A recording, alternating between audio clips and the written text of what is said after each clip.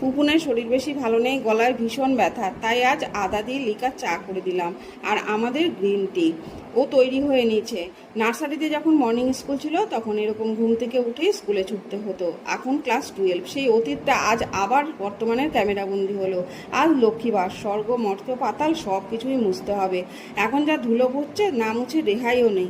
দুটো আম সেদ্ধ বসালাম আমপানা করব বলে। স্নান করে ঠাকুর ঘরে। যা গরম পড়েছে, মা লক্ষ্মী থেকে শুরু করে রাধা মাধব সবাইকেই সুতির পোশাক পরিয়ে দিয়েছি আজ। পুজো শেষ করে নিলাম। এরপরে পুপুন স্কুল থেকে বাড়ি ফিরলো। ওকে এক গ্লাস আমপানা শরবত করে দিলাম। এরপর আলুর মুগলাই করে দিয়েছি ওকে। আর গরমে জলের বোতল ভর্তি হতে হতেই শেষ হয়ে যাচ্ছে। সূর্যদেব শরীরের সব জল শুষে নিচ্ছে।